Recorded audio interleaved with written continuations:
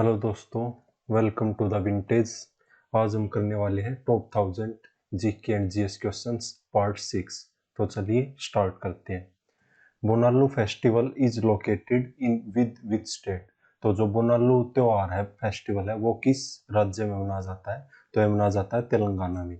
और तेलंगाना में जो और भी फेस्टिवल मनाए जाते हैं उनके नाम भी आपको पता होने चाहिए। वे हमारे पास बोनालू तो है ही, बत्थुकम्मा, बत्थु अम्मा, Bathukamma, and we have Samakka Sarakka, Samakka Sarakka Jatra. Then we have Nagoba Jatra, Nagoba Jatra, and we also have Perla Pinduga, Perla Pinduga. तो ये सारे जो फेस्टिवल्स है तेलंगाना के, ये आपको पता होने चाहिए, जो कि एग्जाम में बार बार रिपीट हुए हैं। और इनके अलावा आपको पता होना चाहिए कि तेलंगाना कब मना था। तेलंगाना मना था 2 जून 2014 को, 2 जून 2014 को। और जो तेलंगाना हाई कोर्ट है, तेलंगाना हाई कोर्ट, ये कब बनी थी? ये बनी थी हमारी 2019 में। ये मैं आपको ऑलरेडी बता चुका हूँ। 14 में इलेक्शन हुए थे जिसमें नरेंद्र मोदी हमारे पीएम बने थे। 19 में फिर से लोकसभा इलेक्शन हुए थे जिसमें नरेंद्र मोदी पीएम बने थे। तो इस ट्रिक से भी आप याद रख सकते हैं। एंड जो अभी के तेलंगाना के जो सीएम है, CM is KC Rao, KC Rao. And जो गवर्नर है वो है तमिलसाई सौंदरराजन, तमिलसाई सौंदरराजन। तो ये सारे फैक्ट्स आप तेलंगाना से रिलेटेड याद रख सकते हैं। Next is insects have a network of air tubes called for gas exchange. तो जो इंसेक्ट होते हैं वे हवा लेने के लिए या फिर ऑक्सीजन लेने के लिए किस चीज का यूज करते हैं? वे एयर ट्यूब्स का यूज करते हैं। तो उन ट्यूब्स को क्या बोला जाता है? जैसे हमारी श्वास नली होती है, तो इनकी भी एक ऐसी श्वास नली होती है कीड़ों मकोड़ों की, इंसेक्ट्स की, तो उसको बोलते हैं हम ट्रैकिया। तो C option is the right, trachea. And जैसा कि आप इमेज में देख सकते हैं, जो ये लंबी सी ये होती है, लंबी सी ये पाइप टाइप से ये होती है ट्रैकिया। और इसमें जो अलग से बॉल टाइप से लगे होते हैं, ये होते हैं स्पाइरिकल्स, जिनके थ्रू हवा एंटर करती है और इन पाइप्स के थ्रू, यानी ट्रैकिया के थ्रू अंदर बॉडी में फ्लो करती है। तो आप इस इमेज के जरिए इसको याद रख सकते हैं। और ये क्वेश्चन पहले भी आ चुका है, तो दिस इज इम्पोर्टेंट क्वेश्चन, ये आप मार्क कर सकते हैं। और वैसे भी टॉप 1000 में मैं आपको इम्पोर्टेंट क्वेश्चन ही करवा रहा हूँ और इससे आपका रिवीजन भी हो रहा है। तो चलिए नेक्स्ट देखते हैं। विच of the following pair of state dance is correct. तो स्टेट दिया हुआ है और डांस दिया हुआ, तो इनमें से कौन सा करेक्ट है? क्या जो ब्रेदी डांस है वो मध्य प्रदेश में होता है? छऊ ओडिशा, छऊ डांस जो उड़ीसा में होता है। तो यस, दोनों ही ठीक है। तो इन्होंने पूछा था कौन सा करेक्ट है, तो बोथ 1 and 2 आर करेक्ट। आपको पता होना चाहिए कि छऊ तीन टाइप का होता है। तो छऊ होता है एक सराय कालेखा छऊ, सराय केला छऊ, सराय केला छऊ, जो कि झारखंड में मनाया जाता है। एक होता हमारे पास मयूरभंज, 3 स्टाइल होते हैं छऊ के, मयूरभंज छऊ, ये होता हमारा उड़ीसा में। और एक होता हमारा वेस्ट बंगाल में, उसको क्या बोलते हैं हम? पुरीलिया, पुरीलिया छऊ, पुरीलिया छऊ। तो ये सारे छऊ से रिलेटेड आप फैक्ट याद रख सकते हैं। और जो मध्य प्रदेश के इंपॉर्टेंट डांस है जो एग्जाम में बार बार आए हैं, कम से कम 10-15 क्वेश्चन यहाँ से भी आ चुके हैं ऑलरेडी, तो ये आपको पता होने चाहिए। मैं वो बताता हूँ जो अभी तक आए हैं। तो यहाँ पर है मटकी डांस, मटकी डांस। एंड यहाँ पे है फिर नौरता डांस, नौरता डांस, जिसको बुंदेलखंड की कुंवारी लड़कियां बनाती है, या unmarried girls of Bundelkhand. And then we have फूलपत्ती, फूलपत्ती, ये क्वेश्चन 2 बार आ चुका है, जिसको मालवा की अनमैरिड गर्ल बनाती है फूलपत्ती डांस को। एंड देन वी हैव ग्रीडा, मयूर नृत्य, मयूर नृत्य, जावरा एंड मांच, मांच। तो ये सारे डांस आप एमपी से रिलेटेड याद रख सकते हैं, जो कि बहुत ज्यादा इंपॉर्टेंट है। Next is in dash continent Victoria fall is located. तो किस महाद्वीप में विक्टोरिया जलप्रपात या फॉल लोकेटेड है? तो ये हमारा अफ्रीका में, और अफ्रीका की किस कंट्री में? ये हमारा जाम्बिया में, अफ्रीकाई कंट्री जाम्बिया में। और अभी अगर फॉल्स की बात हो रही है तो आपको पता होना चाहिए वर्ल्ड में हाईएस्ट वाटरफॉल कौन सा है। ये मैं आपको पहले बता चुका हूँ, ये साउथ अमेरिका में है, जो कि एंजल फॉल्स है। और ये कौन सी कंट्री में है? वेनेजुएला, जो कि एक साउथ अमेरिका की कंट्री है, वेनेजुएला में। और इंडिया में नंबर 1 फॉल कौन सा है इंडिया में? तो इंडिया में हमारे पास है Kunchikal waterfall, Kunchikal waterfall, Kunchikal falls, जो कि है हमारा कर्नाटका में। तो ये फैक्ट आप फॉल्स से रिलेटेड याद रख सकते हैं। Next is which of the following is an instrument of monetary policy. तो कौन सा इनमें से मॉनेटरी पॉलिसी का पार्ट है या इंस्ट्रूमेंट है? Cash reserve ratio, bank rate. तो आपको पता ही होगा कि मॉनेटरी पॉलिसी कौन जारी करता है? तो मॉनेटरी पॉलिसी जारी करता है आरबीआई। तो monetary policy is released by RBI. And तो मॉनेटरी पॉलिसी के टोटल 6 इंस्ट्रूमेंट्स होते हैं या 6 इंडिकेटर्स होते हैं, 6 इंडिकेटर्स जो आपको पता होना चाहिए। मैं आपको बता देता हूँ, यहाँ से क्वेश्चन ये पूछ लेते हैं कभी कभी। तो सबसे पहला हमारे पास CRR यानी cash reserve ratio, then we have SLR statutory liquidity ratio, then we have repo rate, then we have reverse repo rate, then we have marginal standing facility, marginal standing facility, and last is bank rate, bank rate. तो monetary policy के total 6 indicators होते हैं, ये भी आपको पता होना चाहिए कि ये टोटल 6 इंडिकेटर्स के द्वारा मेजर की जाती है और इसको आरबीआई रिलीज करता है। तो आरबीआई अगर यहाँ पे आया है तो मैंने बताया जब भी आरबीआई आए तो आपको पता होना चाहिए ये कब बना था, 1 अप्रैल 1935 को। ये आपको ऑलरेडी मैं बता चुका हूँ। और इसका हेडक्वार्टर है मुंबई में। और जो इसके हेड है या फिर गवर्नर है वो कौन है? वो है शक्तिकांत दास, जो कि 25th गवर्नर आरबीआई के। ये भी आपको पता होना चाहिए। और आरबीआई में जो सिंबल है, सिंबल में क्या है? उसमें सिंबल में हमारे पास लाइन प्लस पाम का जो ट्री होता है, ताड़ का जो पेड़ होता है, पाम ट्री, इसके सिंबल में है।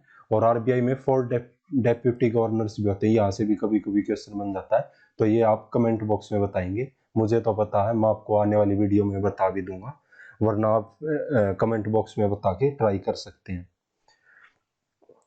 नेक्स्ट इज एंड इससे रिलेटेड आप आरबीआई ने डीमोनेटाइजेशन को कब लागू किया था? डीमोनेटाइजेशन यानी डीमोनेटाइजेशन तो इसको किया था आरबीआई ने 8 नवंबर 2016 को। तो अगर आप भूल भी जाए तो 8 का डबल होता है 16, तो आप ऐसे याद रख सकते हैं 8 और 16 आएगा इसमें। तो ये है इसकी trick. Next is which of the following monument is located in Rajasthan?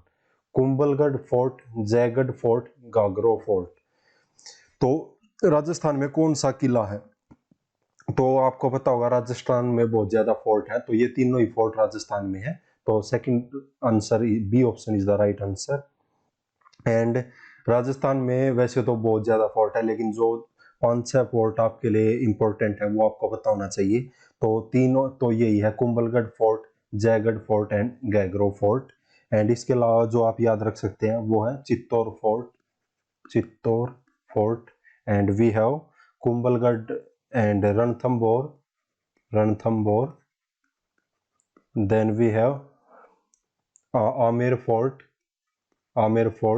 जो कि जयपुर में है, Amer fort. And then we have Jaisalmer fort.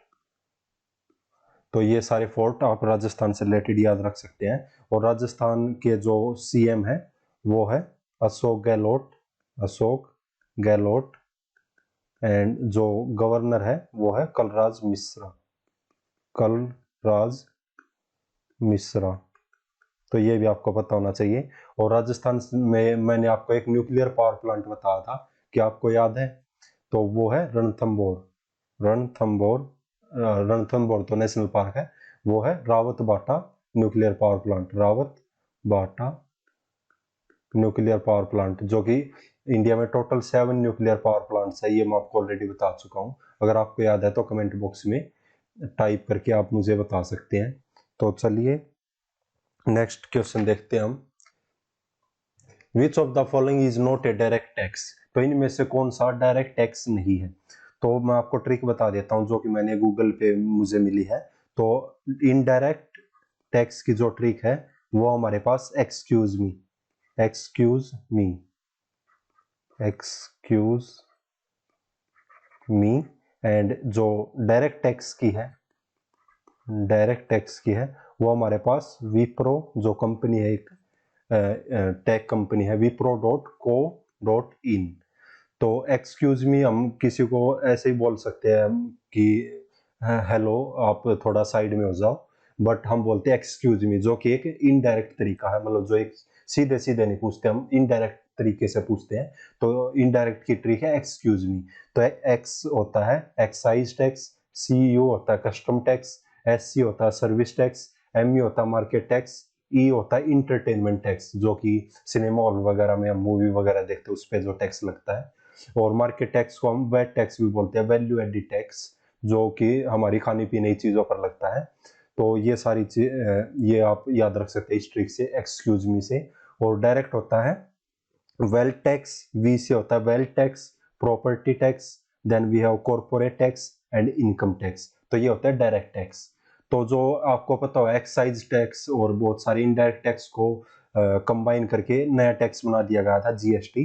तो जीएसटी एक इनडायरेक्ट टैक्स है। तो इन्होंने पूछा नोट अ डायरेक्ट टैक्स, तो जो डायरेक्ट टैक्स नहीं है तो वो क्या होगा, इनडायरेक्ट टैक्स हो गया, यानी GST is the right answer. और जीएसटी कब से लागू हुआ था? 1 जुलाई 2017 से इंडिया में जीएसटी लागू हो गया था। और जीएसटी में 4 स्लैब्स होती है। अगर आपको पता है तो आप कमेंट बॉक्स में कमेंट करके बता सकते हैं, वरना आगे आने वाली वीडियो में मैं आपको बता दूंगा कि वे कौन कौन से कितने कितने परसेंट के स्लैब है। Next is in which year second round table conference was held? तो जो द्वितीय गोलमेज सम्मेलन कब हुआ था? तो ये हुआ था 1931 में। आपको पता होना चाहिए टोटल 3 गोलमेज सम्मेलन हुए थे, फर्स्ट, सेकंड, थर्ड। तो ये हुआ था, ये 1930 से शुरू हुए थे और लगातार हुए थे 3 साल, 1930 में, 1931 में, 1932 में। और ये कहाँ पे हुए थे? तीनों के तीनों हुए थे लंदन में। और लंदन में जो यूके, और उस टाइम पे यूके के जो पीएम थे वे कौन थे? वे थे Ramsay McDonald, Ramsay McDonald, Ramsay McDonald. And जिन्होंने सभी में पार्टिसिपेट किया तीनों राउंड टेबल कॉन्फ्रेंस में, वे पर्सन कौन से थे? ऑल 3 में जिन्होंने पार्टिसिपेट किया वे थे हमारे B are Ambedkar, Baba Saheb Ambedkar and Tej Bahadur Sapru, and Tej Bahadur Sapru. इन्होंने तीनों गोलमेज सम्मेलनों में भाग लिया था, तीनों राउंड टेबल कॉन्फ्रेंस में पार्टिसिपेट किया था। और जो सेकंड था 1931 का सेकंड में, इसमें कांग्रेस ने भी पार्टिसिपेट किया था, ओनली सेकंड में पार्टिसिपेट किया था कांग्रेस ने। और कांग्रेस के जो रिप्रेजेंटेटिव थे लंदन में राउंड टेबल कॉन्फ्रेंस के लिए थे, वे थे महात्मा गांधी। तो ये भी पूछ सकते हैं कि महात्मा गांधी ने कौन से राउंड टेबल कॉन्फ्रेंस में पार्टिसिपेट किया? तो ये था सेकंड, जो कि लंदन में हुए थे सभी के सभी, और सभी के टाइम पे थे रैमसे मैकडोनल्ड वहां के प्रधानमंत्री। और इंडिया में वाइसराय कौन थे जब ये राउंड टेबल कॉन्फ्रेंस हुए? ये क्वेश्चन भी पूछा जा चुका है। तब ये हमारे यहाँ पे थे लॉर्ड इरविन, लॉर्ड इरविन। तो ये भी आप याद रख सकते हैं। Next is which of the following statement regarding sedimentary rocks is correct? तो सेडिमेंट्री जो चट्टानें होती हैं उनसे रिलेटेड कौन सी स्टेटमेंट ट्रू है या करेक्ट है? Sandstone is the type of sedimentary rock made from grains of sand. तो जो सैंडस्टोन होती है वह सेडिमेंट्री रॉक का एक एग्जांपल है या टाइप है। तो ये बात बिल्कुल सही है, सैंडस्टोन एक सेडिमेंट्री रॉक है। Sedimentary rocks may also contain fossil of plants, animals and other microorganism that once lived upon them। तो ये भी बिल्कुल सही है, क्योंकि ये प्लांट से, एनिमल से या फिर सैंड से, इनसे मिलकर बनती है सेडिमेंट्री रॉक्स। तो both first and second are correct, तो ये आप याद रख सकते हैं। और जो सेडिमेंट्री रॉक्स है इसके एग्जांपल्स आपको और भी पता होने चाहिए। सैंडस्टोन तो है ही हमारे पास, फिर है लाइमस्टोन भी है, limestone, then we have shale and chalk and coal। तो ये सारे सेडिमेंट्री रॉक्स के टाइप्स हैं, तो ये सारे आप याद रख सकते हैं। Next is which of the following statement is correct about world trade organization. तो जो WTO है, वर्ल्ड ट्रेड ऑर्गेनाइजेशन, तो वर्ल्ड ट्रेड ऑर्गेनाइजेशन तो मैंने आपको बताया जब भी किसी ऑर्गेनाइजेशन का नाम आए तो आपको 3 चीजें पता होनी चाहिए। वो कब बनी थी, उसका हेडक्वार्टर कहाँ पे है और उसके हेड कौन है। तो ये 1995 में बनी थी, इसका हेडक्वार्टर है जेनेवा में, और इसके जो हेड हैं वो है नकोंजी इएवला। नकोंजी इएवला ये है नाइजीरिया की, जो कि first female, I think first female director general of world trade organization की। तो चलिए हम क्वेश्चन को देखते हैं। The objective of WTO is to establish a rule based trade regime to ensure optimum utilization of world resources.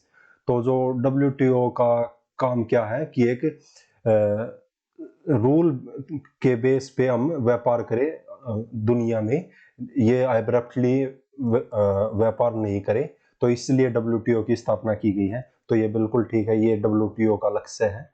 WTO was founded in 1995, ये मैं आपको बता ही चुका हूँ, और ये गेट को रिप्लेस करके बनाया गया था, जो इसकी पुरानी संस्था थी, journal agreement on trade and tariff. ये बनी थी 1948 में, और इसका हेडक्वार्टर भी था जेनेवा में। इसको रिप्लेस करके हमने WTO को बना दिया था। और अब WTO में टोटल कितने मेंबर्स हैं? पहले हुआ करते इसमें 31, अब है 164। तो मेंबर्स इसमें कितने हैं? मेंबर्स है पहले 31 थे स्टार्टिंग में, और अब है 164, और जो 164 ऐड हुआ है वो हमारा अफगानिस्तान। तो ये फैक्ट भी आप WTO से रिलेटेड याद रख सकते हैं। तो चलिए नेक्स्ट देखते हैं। विच of the following is a method of soil conservation. तो इनमें से कौन सा एक मेथड है सोइल कंजर्वेशन का? Mulching, rock dam. तो दोनों ही सोइल कंजर्वेशन के मेथड है, यानी जिससे हम मृदा अपरदन को रोकते हैं, जिससे कि सोइल को हम अपरदन से रोक सके। तो बोथ 1 एंड 2, तो सोइल कंजर्वेशन के दोनों ही मेथड है। और ये जो क्वेश्चन होते हैं इन्वायरमेंट के, ये ज्यादातर NCERT से ही पूछे जाते हैं। तो ये जहाँ से पूछा गया है उसकी फोटो में दिखा देता हूँ। तो ये है NCERT का पेज, जैसा कि आप देख सकते हैं। तो सोइल कंजर्वेशन के बहुत सारे तरीके होते हैं, जैसा कि आप पिक्चर में देख सकते हैं, जैसे mulching, contour barriers, rock dam, terrace farming, intercropping, contour plugging, shelter belts. तो ये आपको पता ही होना चाहिए, इतने टाइप्स के तरीके हैं, और इनकी डेफिनेशन भी पता होनी चाहिए, क्योंकि मल्चिंग है ना, जो ये पहले एग्जाम में 3 से 4 बार इसकी डेफिनेशन पूछी जा चुकी है ऑलरेडी। तो आप ये सारी पिक्चर में देख के पढ़ सकते हैं, जो कि आपके एग्जाम के लिए इम्पोर्टेंट है। और जो ये पेपर मैं आपको करवा रहा हूँ, ये है DSSB का, जो अभी फरवरी 2022 में हुआ था। तो ये बहुत ज्यादा इंपॉर्टेंट क्वेश्चन है, जो कि आपकी अपकमिंग एग्जाम है CGL और CHSL, उसमें यहाँ से एक क्वेश्चन आपको डेफिनेटली देखने को मिलेगा। और मैं जैसा कि आपको बार बार बोलता भी हूँ कि आपको याद करने की कोई भी जरूरत नहीं है, मैं आने वाली वीडियो में बार बार रिपीट करके ये आपको याद करवा दूंगा।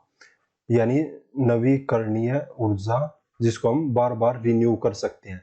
तो सोलर एनर्जी हमको बार बार मिलती है, विंड एनर्जी भी हमको बार बार मिलती है। तो दोनों ही राइट आंसर है। तो इस क्वेश्चन में एक्स्ट्रा कुछ बताने वाला है नहीं, बस आपको ये याद रखना कि जैसे कोयला, पेट्रोल ये होता है जिनको हम एक बार यूज कर लेते हैं तो वे दोबारा हम यूज नहीं कर सकते, लेकिन जो सोलर एनर्जी है, विंड एनर्जी है, ये हमें लगातार प्राप्त होती रहती है। तो आप इस तरीके से इसे याद रख सकते हैं। तो ये रिन्यूएबल एनर्जी के एग्जांपल्स हैं। What is the correct measurement of gross primary deficit? तो ग्रोस प्राइमरी डेफिसिएट, डेफिसिएट होता है घाटा, तो हमें कितना नुकसान हुआ, लॉस या घाटा।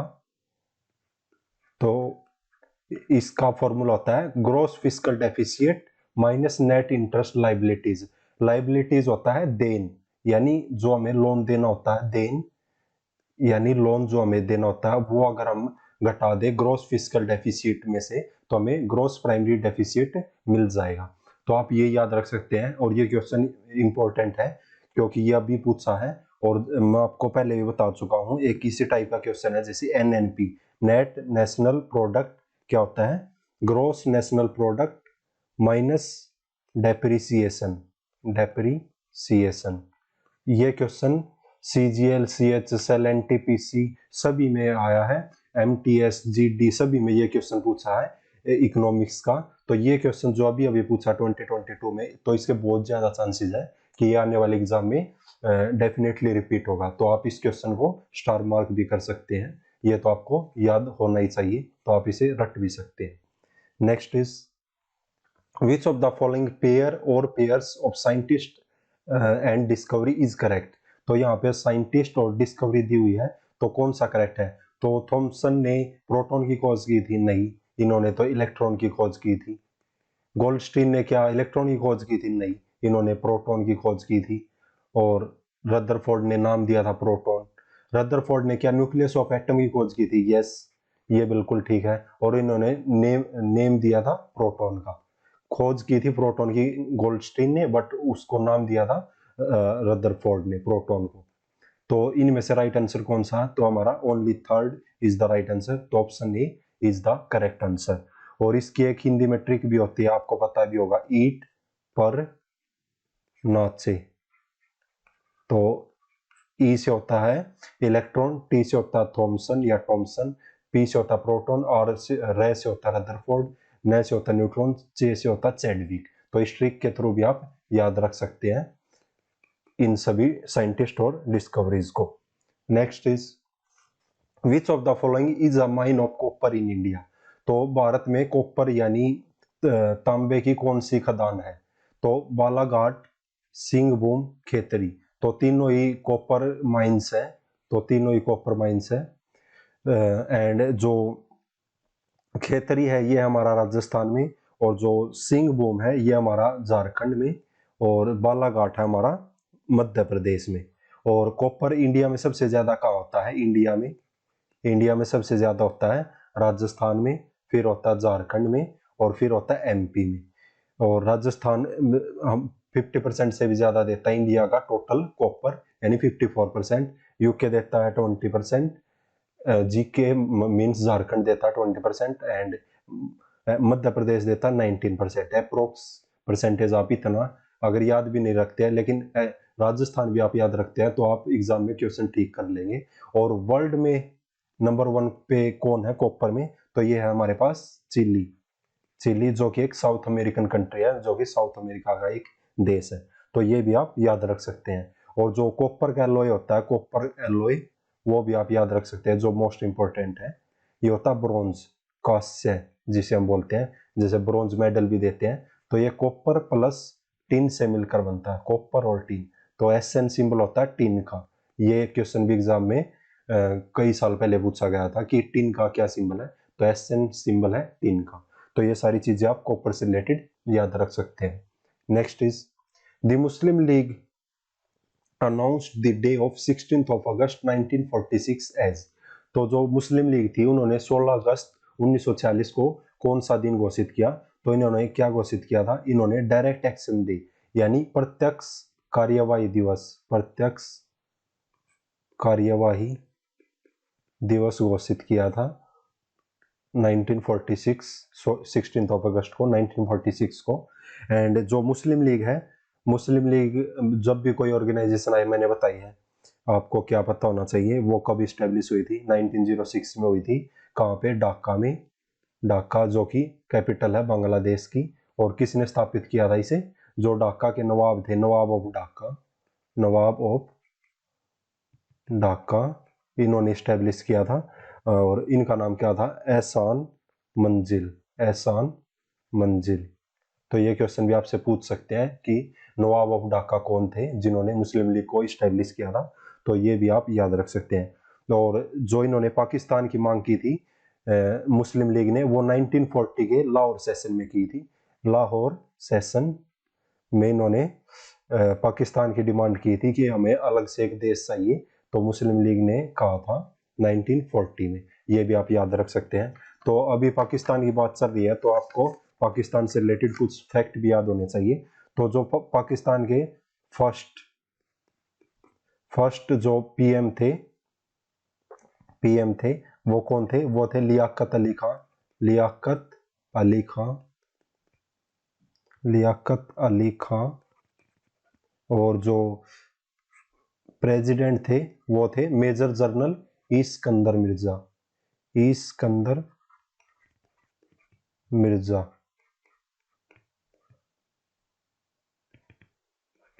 और ये क्वेश्चन एग्जाम में ऑलरेडी पूछा जा चुका कि पाकिस्तान के पहले प्रेसिडेंट या राष्ट्रपति कौन थे, तो ये थे इस्कंदर मिर्जा।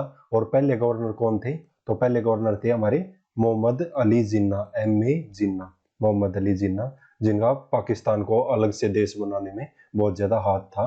और पाकिस्तान वर्ड किसने दिया था? पाकिस्तान वर्ड दिया था चौधरी रहमत अली ने। ये क्वेश्चन भी पूछा जा चुका है, चौधरी रहमत अली ने।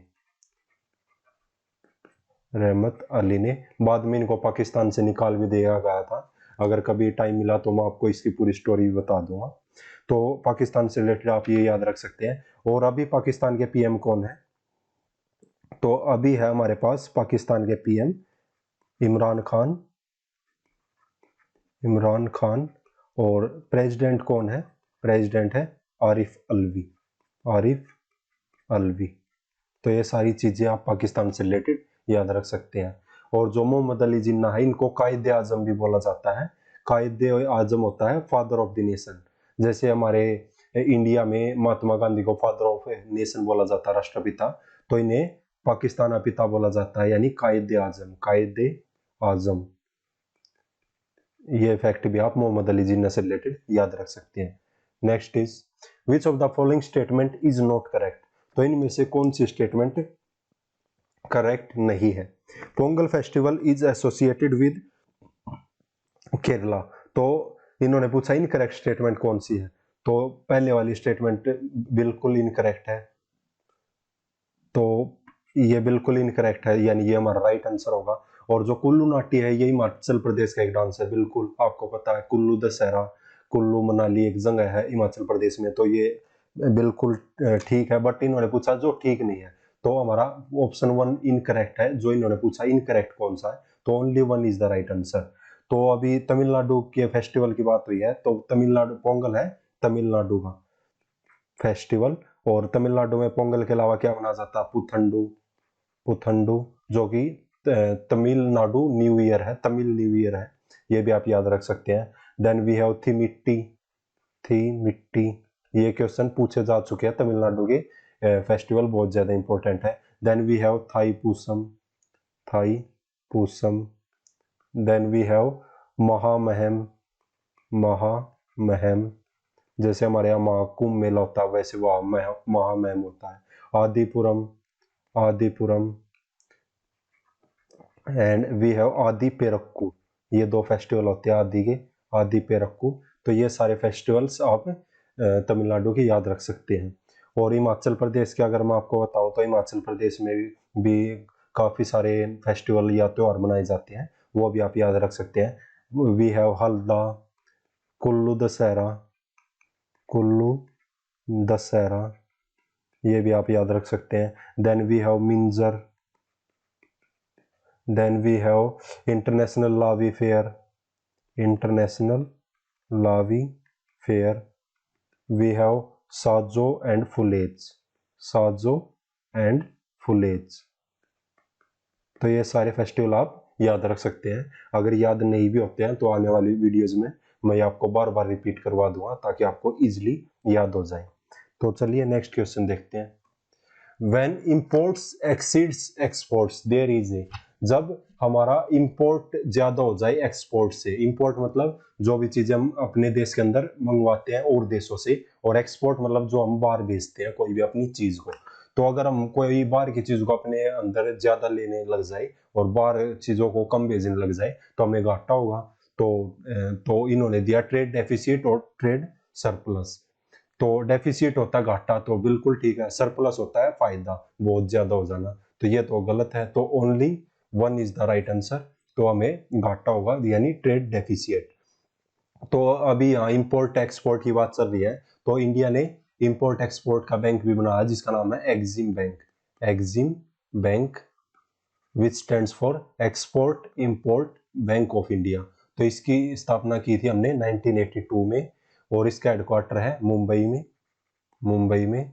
और जो इसके हेड है वो भी आपको पता होना चाहिए। तो ये miss Harsha Bangari is the current chairperson of EXIM bank. Miss Harsha Bangari, तो ये भी आप याद रख सकते हैं। और इंडिया में सबसे ज्यादा एफडीआई किसने इन्वेस्ट की है, तो वो है हमारा सिंगापुर।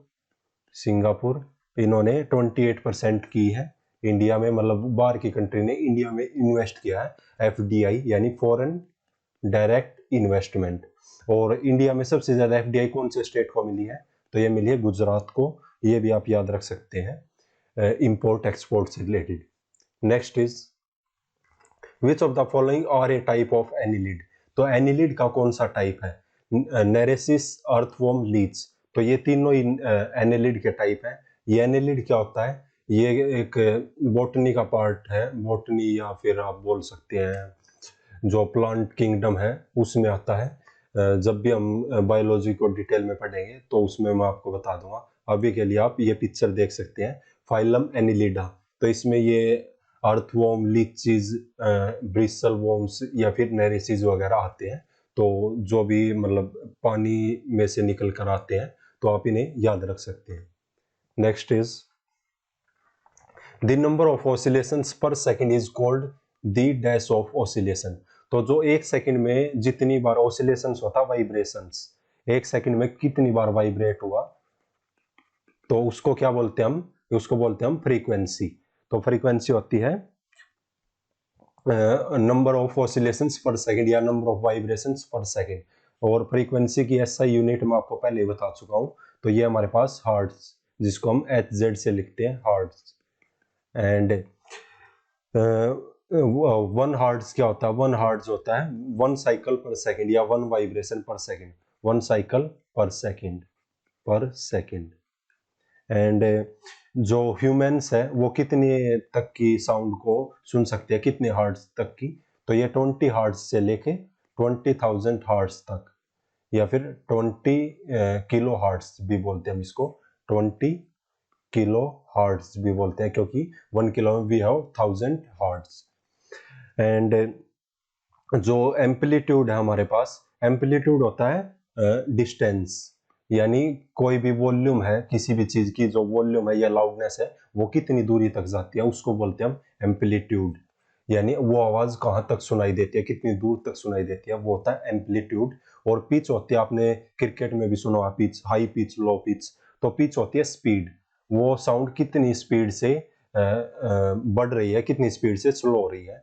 ये किसी साउंड का हाई होना मतलब वो कितनी स्पीड से हाई हो रही है और कितनी स्पीड से लो हो रही है, उसी को बोलते हैं हम पिच। तो ये सारे फैक्ट आप फ्रीक्वेंसी और साउंड से रिलेटेड याद रख सकते हैं। तो आज की वीडियो को हम यहीं पे समाप्त करते हैं। तो वीडियो देखने के लिए थैंक यू। मिलते हैं नेक्स्ट वीडियो में, तब तक के लिए पढ़ते रहिए, खुश रहिए।